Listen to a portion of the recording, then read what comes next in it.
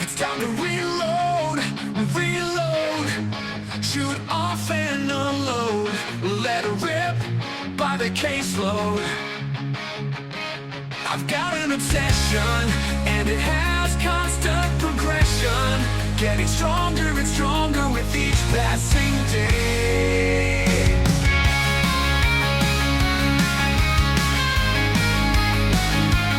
Yours to collect, these guns that protect, not just another object. Trinkets come and go, but high quality guns aren't just for show. They find a place in our lives and can help us survive. When I need to release some of my stress, a trip to the range is the best. But my feelings aren't repressed, I still feel obsessed. Collecting more and more of the best, from Glocks to the 2011s. I'm a collector, self-confessed. It's time to reload, reload. Shoot off and unload, let her rip by the caseload. At the expense of the gun. Hey guys, welcome back to the channel. My name is Jim. Thank you so much for joining me. And today we're going to be taking a look at the Archon Firearms Type B Gen 2. First, we're going to start with a quick unboxing. I'll show it to you as it was presented when it first arrived, when it was brand new. It is not new, obviously, now, but want to make sure you get a chance to experience what it's like to unbox it for yourself.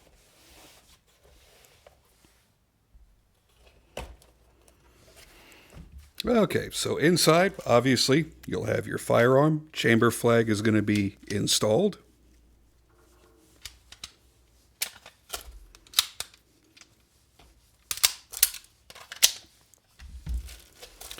You'll have your safety lock.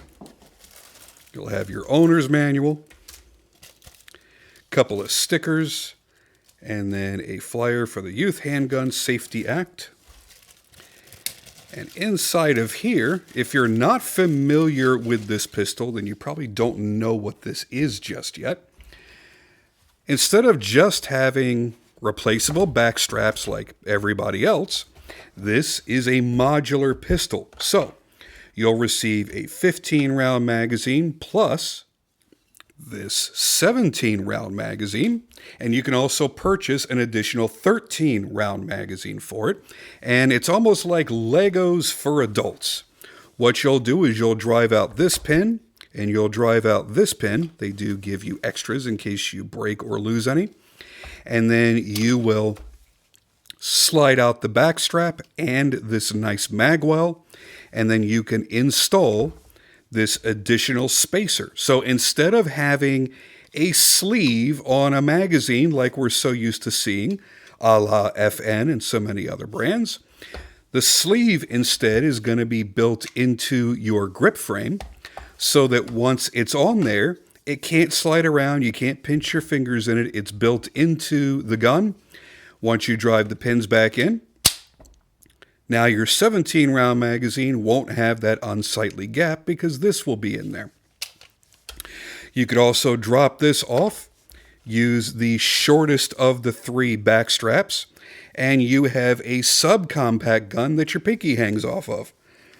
So you have one gun and 3 potential carry modes. You've got a large, maybe competition size with the 17-round magazine, or duty size with the 17-round magazine.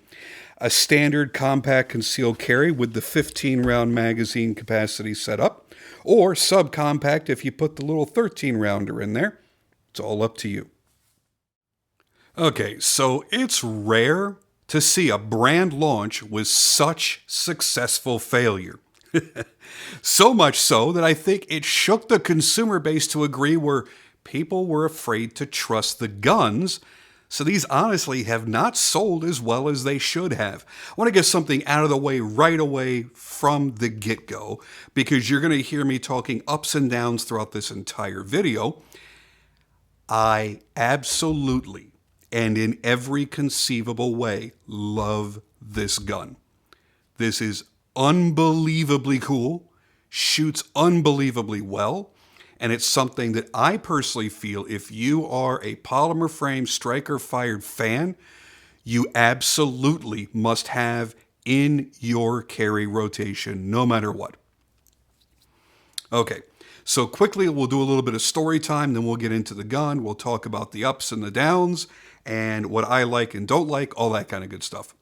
Now, at first, this was the follow-up compact version of the Arsenal Strike 1. The key there was the brand was Arsenal, not Archon, and it was called the Arsenal Strike B. Now, not a big name, of course, but one that had established itself with the Strike 1, a pistol that, at the time, I guess it was about a decade ago, claimed to be the lowest bore axis of any pistol available. And I don't know that that was actually true if you had compared it to the P7M8 by HK or the Walther P5. I'm not sure that it really was the lowest, but that was their claim. And bore axis was an even bigger buzzword than it is now, believe it or not. I liked the Strike 1, but I didn't want anything that large. So this proposition excited me when they announced they were going to make the Strike B. Basically a Strike 1 type of pistol made for concealed carry. Couldn't be more excited. So I pre-ordered it through Range 6. I plunked down my $740, I think it was back then. And I was excited to have it in about 3 or 4 months. That turned into 6 months, and a lot of us were turned off. Now, none of this was Range 6's fault, but the distribution was screwed up from the get-go. Then things stopped. And it was announced that now it was the Archon Type B. Archon? Who the hell was Archon, man? Whatever. Same gun. There were no expected changes. All good, I guess. Then more delays and more delays. And at that point, I had just had enough. I said, you know what? Screw this. I asked Jimmy at Range 6 for the refund, and he was awesome about that. He was fast to get that taken care of. So I've got nothing but good things to say about Jimmy and Range 6. And Range 6, for those that don't know, that is really their primary retailer. That's who, those were all brought in through. That was, at that time, the only way you could get one. And yes, these are being imported by PTR now. And I think they still have a very strong relationship. So if you're looking for one of these, that's probably your best bet, is to go through Range 6. Plus, they offer some really cool custom packages that are available that are actually really, really exciting. Now, time had gone on, and I saw one of the prototypes in person at the NRA show in Dallas that year, and I regretted my choice of canceling. But man, it still wasn't available. You were sitting there looking at this thing on display going, man, that thing is friggin' cool as hell. But it didn't matter because you couldn't buy it. You couldn't get it. There was nothing that could be done. So then a while after it came out, I bought one through an FFL friend of mine who had gotten a handful, I think about 10 of them. And he had a really attractive price on them because he's a super good dude. And so to Mike, thank you so much. He went through all 10 because I had heard there were some triggers that were better than others as they were being delivered in that first round. So I asked him, hey, can you go through and just pick whichever one you feel has the nicest trigger? He does so. He sends it out to me. And I received it. Now, they had a completely different grip frame back then. It looked like these little cubes that were sticking out in different directions all the way around the grip. I know you've seen it. You've seen pictures. If you're here watching this video, you know enough about this gun to know what the first iteration looked like. And that was called their grip mapping technology. Everything had a name, grip mapping technology. I will say this. I actually liked that grip texture. It worked for me. The way it was serrated in this direction on the front strap kept the gun from wanting to slide like this. The way it was angled downwards, serrated on the back strap, it kept it from wanting to slide this way. And then they had them going in different directions on the side panels so that it kept the gun from twisting in your grip. I thought it worked really well. Now, it wasn't particularly comfortable, but I felt it was pretty impactful. It worked pretty well, but it was still a slick, smooth plastic like this was. It was just those things were sticking out. It was almost like stepping on a Lego, but with your hand. But once you got your grip onto it and you were set to go, it didn't feel bad. Now, I loved the grip angle and the ergonomics, but I despised the trigger of the very first version. It was absolute trash. It was impossible for me to get past. Now, to be fair, the first outing I took it to the range with was with my CZ Tactical Orange and my P7 M8, and I believe my Legion SIG 229. So I was out there with some amazing triggers on some amazing guns, and I was firing them back to back. And I did not like, well, I want to demonstrate to you guys first that it's clear. I know that it is. It was weird because the trigger pivoted and then moved. And then what happened was you hit what you thought was the wall, but it wasn't the wall. You kept pushing and pushing and pushing and pushing, and then you had this unpredictable break. And it really bothered the hell out of me. And I'm not one of those that's a super trigger snob. Yes, sitting here dry firing, I want a super fantastic, amazing, awesome trigger. But in practical application while I'm shooting, a lot of the pistols that I really love do not have that perfect crisp break and perfect short reset and all of that, and I shoot them plenty fine and I have no complaints. So I'm not actually a trigger snob, but that trigger was so awful, I couldn't get past it. Now, the recoil was easily managed and muzzle flip was too. Did the gimmick of the low bore axis mean anything? I honestly don't know.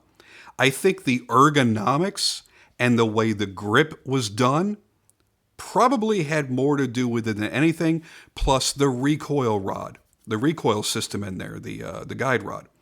I think that all those three things together did more for how it shot than how low the bore axis is. Because when you think about it, look at a Glock 19. The bore axis is not tremendously high. Something like a SIG 226, 228, 229. Those, you can look and you see that the whole barrel, the slide, everything is way up above your hand. And that really is kind of the exception. There aren't that many guns that are like that. So almost everything is a low bore axis. So I don't care about that cool buzzword. Is it flat shooting? Is it soft shooting? I don't know. Those terms mean shit. That's why you'll never hear me say either of those things in a review ever. They don't mean shit. I always chuckle when someone is doing a voiceover in their video and you're watching them shoot and they're voicing over saying, it shoots so flat. And you're watching the muzzle flip up violently in their hand in the B-roll. Listen, all handguns are going to have muzzle flip. That's the way it is. And all have recoil. So no, it's not soft shooting. It's not flat shooting. It's already tame because it's a 9mm, not a 454 Casull. Is it controllable? Yes. And that's the term that I prefer to use. It is very manageable. It is very controllable. You don't feel a lot of recoil, and there's not a lot of muzzle flip. It is very easily controlled from shot to shot in a quick cadence. You're really going to enjoy it. It is remarkable how different it is from a CZ, from a Glock, from an M&P, from a SIG, polymer frame, from most anything that you've shot. This is going to be significantly nicer to shoot, just because it does feel like you're more in control. The action is really what makes this gun different. They use what is really the Bergman-Bayard system. They're calling it something like AF Speedlock, I think is what they call it. And they call it a patented design. I don't know that it really is.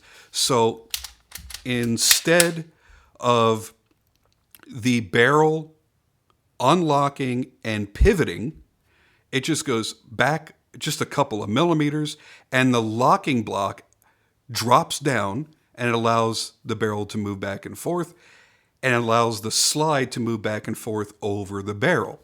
So in essence, it's doing something very similar to what a fixed barrel does in, say, a Walther PP, PPK, PPKS, H&K P7, those fixed barrel guns that don't allow for the barrel to tilt. It's acting much like that. It's just a different way of operation. This takedown pin that you have right here is actually what's holding, it's going through the locking block, and it has a little notch in it, almost like a CZ locking block on their barrel. And it works phenomenally well. That, coupled with the triple spring recoil system, which is pretty much like a DPM system, really works very, very well. That triple guide rod, I think, probably makes the biggest difference overall. Anyway, back to the garbage trigger I had on the original. As I said, I'm not a big trigger snob, but when I'm playing with it in dry fire and I'm getting used to the gun and I feel a nice, wonderful, crisp trigger, I get more excited. Sure, we all do. But out on the range, as I said, it doesn't usually make that big of a difference. That gun, as I'm shooting my others back to back with it, I'm shooting like I normally do with them, and I feel very confident in my skills. Then I picked up that first Archon with the trigger that it had, and I was shooting like crap.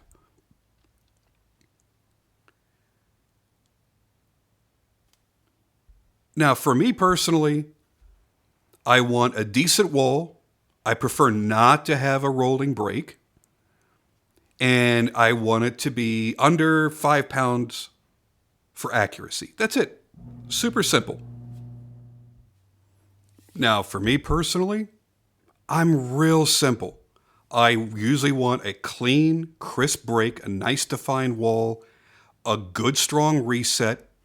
The over travel isn't that big of a deal. I don't want a lot of mushiness and a lot of creep, and I'm really not a fan of a rolling break. So I'm super simple, really. So it's really rare for me to actually hate a trigger. There's maybe 3 guns that I've ever truly hated the trigger on. I had an FN FS 2000, which was a super cool bullpup. All bullpups have terrible triggers. That's the way it is. Steyr AUG, same thing. And as far as pistols go, what was the worst ever that I had? Probably a Colt Double Eagle. That'll take some of you old farts back. That was way back in the 90s when that gun came out and then also got discontinued. It was terrible. I've never shot a high point, but I'm sure that's got to be up there. Anyway, it was completely unpredictable. It felt like I was moving the trigger awkwardly, not a normal hinge trigger arc.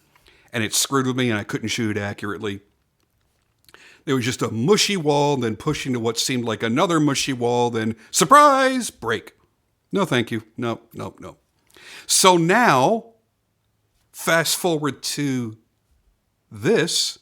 It's a PTR Archon Type B. Are you lost yet? So how is this trigger? I'm going to tell you, this trigger is awesome. Now, it does have a little bit of creep. Give you a quick look at it here. So there is the wall right there. Pushes right up to it. There's not a lot of travel to get to it. Little creep. A little more creep. But it's not stacking. It's not continually getting harder and harder.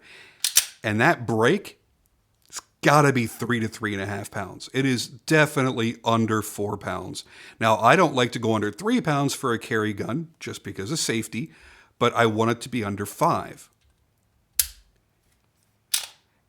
And let me tell you, the reset, nice and forceful. Not too audible, but you can hear it in a quiet room like this. It is a fast trigger. This is a gun that wants you to friggin' shoot it fast. Period. It wants to go. Now, the tendon thingy under the tang is a stupid gimmicky thing. Does it work? I don't know, maybe. But who cares? You only need a super grip with your primary hand if you're shooting one-handed. Their whole thing is if you jam up into this, it's going to push in here and force that tendon to push your thumb in place and give you a stronger grip.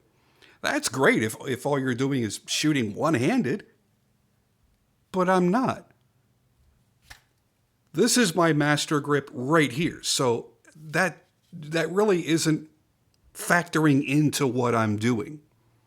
So to me, it's a stupid gimmicky thing. The sights are so good on this that I'm probably never going to. I know I will. I'm a red dot whore. I will put a red dot on this. I just haven't decided which one. But I don't feel a rush or a need to do it. Just like I don't feel the need to have my slide milled on my CZ-P07. I love my P07 the way it is. I love the sights that are on it. And I shoot it great without a red dot. So I don't see a reason to change it. This one, it's so good with these sights. You've got the blacked out rear serrated sights with the fiber optic front. That the only reason you're going to put a red dot on here is because you just want a red dot on there. The originals, the first ones, were not optics cut. Now they are. That's a really nice upgrade. You're paying for it, believe me. That $740 or so that I said I paid for my original, those days are long gone, baby. These are $800 to $1,000. That's the way it is. That's what you're going to pay for them. I have seen one or two places online do crazy, ridiculous blowouts on these. They went down as low as like $650 I saw at one place. And that lasted as long as their inventory did. And then when they got restocked, the prices went back up to like $850 or something. So maybe you could get a better price. I don't know. But generally figure you're dropping $1,000 on this. I just don't feel a burning need to put a red dot on every single gun. I like to have it, sure, but it's not a burning desire. They're useful and fast, but not an absolute requirement. Much in the same way you wouldn't pass on buying a house that you love because it didn't have a microwave built in. It's a convenience, but using the oven is just fine. And if you feel you miss the microwave too much, you can always buy one and add it later. That's how I feel about red dots. I don't need red dots. I certainly grew up without them. And I'm totally spoiled by them, and I really enjoy them. And they're like their own subset of the hobby, just collecting red dots, I think. It's fun. Now, for me, I don't care what anybody thinks about this. Every single gun I buy, always, the first and most important thing is I need it to have a history of being reliable. And I need my specific example to test out being reliable, period. But beyond reliability and quality, it's got to look good. It's like anything else. It's like a car. I can admit that about my cars too. There's certain things that it's got to do, of course. Certain things it's got to have, of course. But at the end of the day, I want to ogle it. I want to look at it and go, damn, that's sexy. And to me, this is a damn good-looking, modern, almost futuristic design. I think it looks way better than any Glock that's ever been made. Now, for those that want that comparison, here it is up against, this is my Shadow Systems MR920, so that is basically a Glock 19.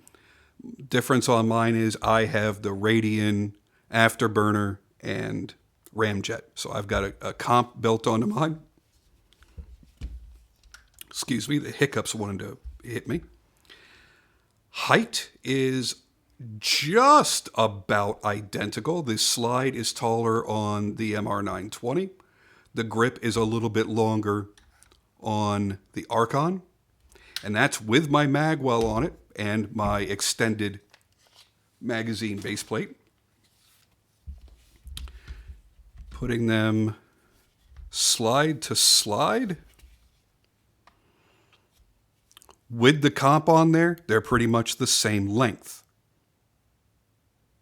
Now, a lot of people are running comps on their Glock 19 sized guns, so you might be accustomed to that. You are going to struggle to find a holster for this. I will tell you that right now. There's not many. I know QVO Tactical definitely does. Not many places do.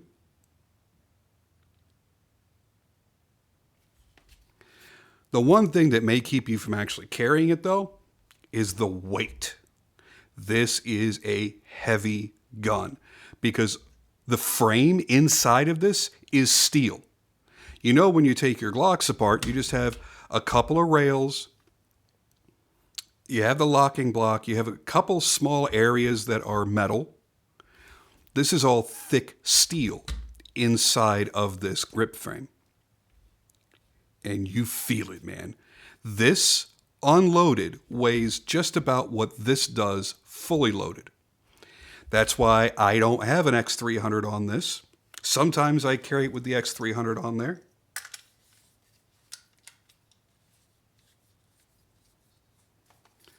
But not often because it adds bulk and it adds even more weight to this fat bottom girl.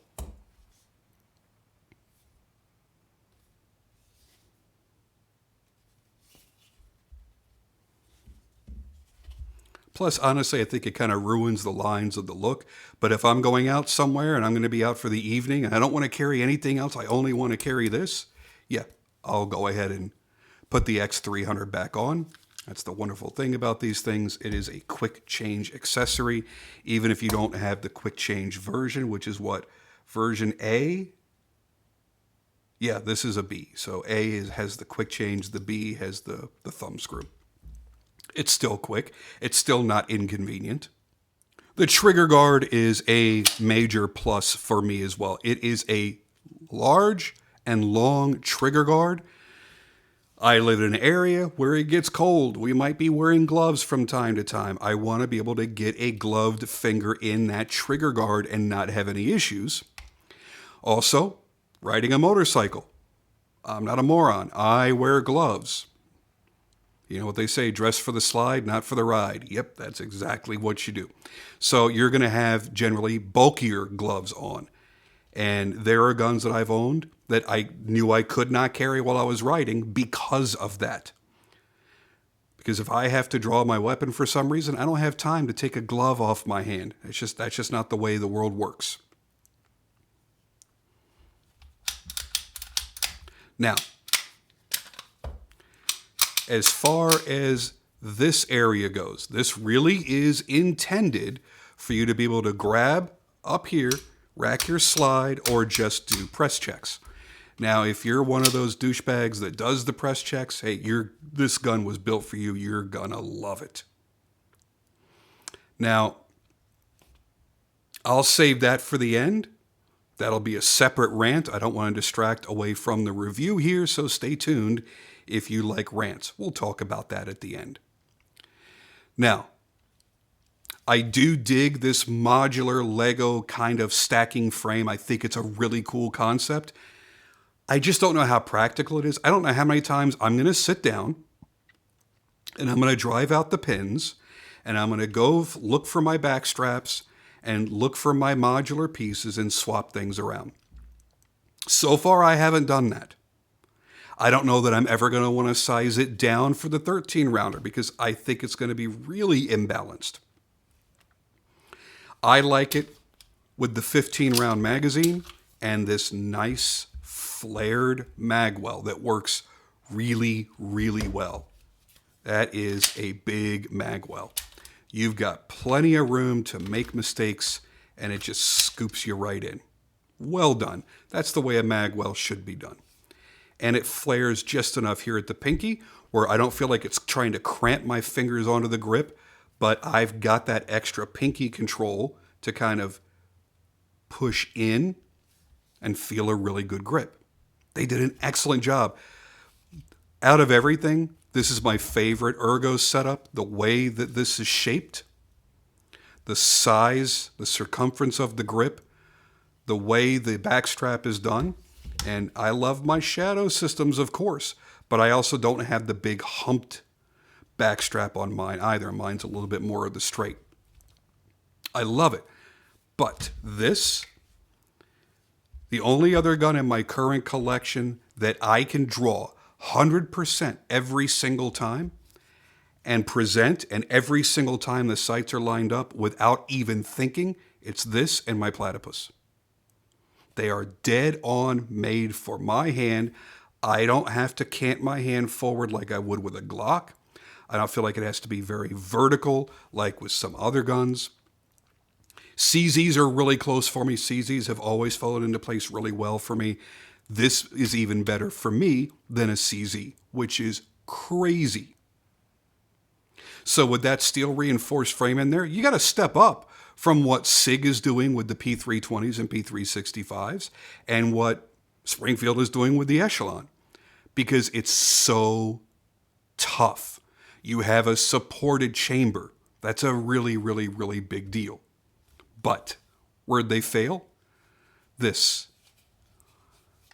The grip texture isn't the worst in the world, but it's still a little bit slick. Here's the thing. If you're looking to mod a gun that you already own, and if you don't want to spend $300 stippling your grip, then you can put Talon grips on there, and it's probably going to work for you. And then you can choose if you want the rubbery grip or you want the more gritty grip, the pro grip. But folks at Archon, you're the one making the gun. You're creating the mold for that grip frame. Texture it. Do it properly. Don't mill out a skeletonized pocket where you then stick a $25 Talon sticker onto your premium priced handgun. It's insulting to the people that are spending $8, $9, $1,000 on your gun. It's embarrassing. That to me is peak stupidity. However, everything else about this thing is so fantastic. The controls are great. The slide lock and slide release is exactly where I want it. And with my grip, I'm not resting on it, holding it down, so I get locked back every single time. I'm not a huge fan of the mag release position. It's a little hard for me to reach without having to move my thumb around a little bit, but that's a me thing. I have short thumbs for the size of my hand. That's just the way it is. I know a lot of people have mentioned that with their grip, that was digging into them in some fashion, either right here or the palm of their support hand. I have not had that issue, thank goodness. I had that issue on the Canik TP9 SFX. If it had the extended one on there, I had to take that off and leave it with just the regular mag release because it was tearing up my hand whenever I shot it. But this thing has been just phenomenal. This is one of those guns that you look forward to shooting. You're like, oh my God, I cannot wait to shoot this again. You're wrapping up your range session. You're putting this back in your range bag or your whatever you're carrying everything in. And you're like, I can't wait to go shoot this again.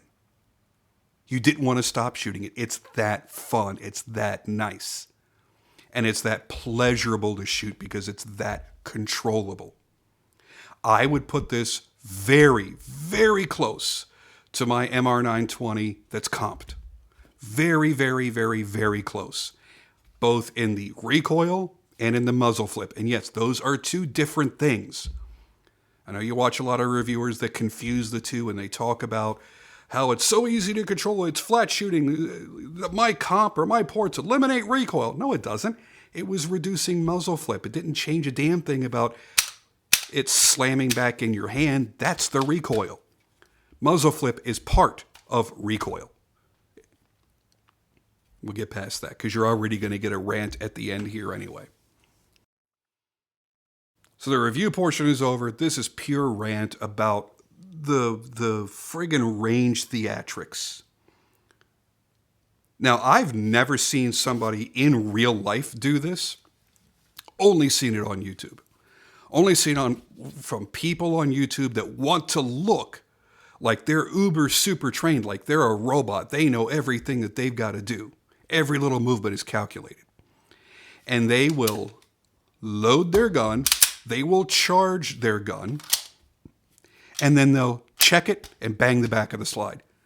Listen, you little asshat. If you don't know the feel and the distinct sound that your slide makes slamming home when it's chambering around, you should probably get rid of your guns. There are 3 instances where you might need to do a chamber check or a press check, whatever you want to call it. 1, someone hands you a gun and tells you that it's loaded and ready to go. Now, if they tell you it's not loaded, you're going to be opening the action fully. You're going to be looking down inside there. You're not going to be just press checking. Number 2, you're shooting a competition match. Number 3, you've woken up in Steven Seagal's body.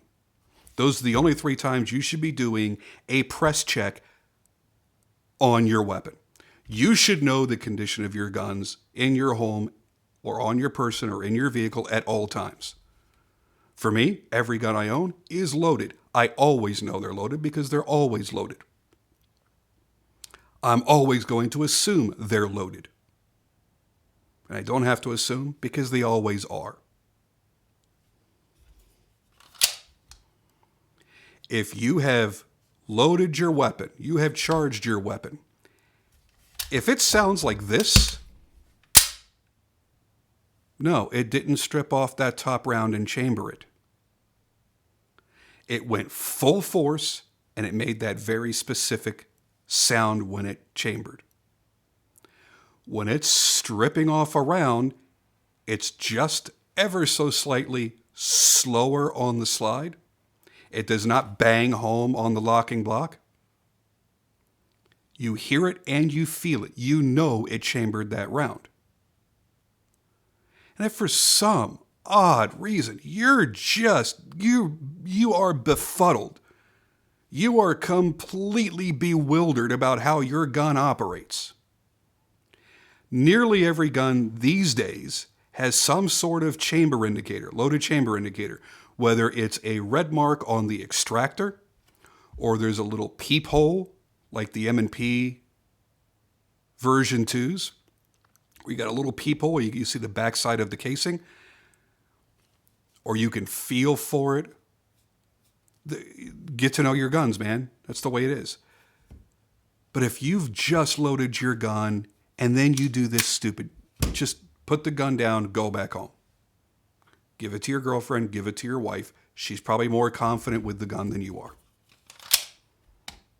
So that's my rant on press checking. Anyway, that's it for me on this, guys. Thank you so much for joining me as always. Was very happy to come out here and share this with you as I am with all of these. I'll see what I can dig up for you next.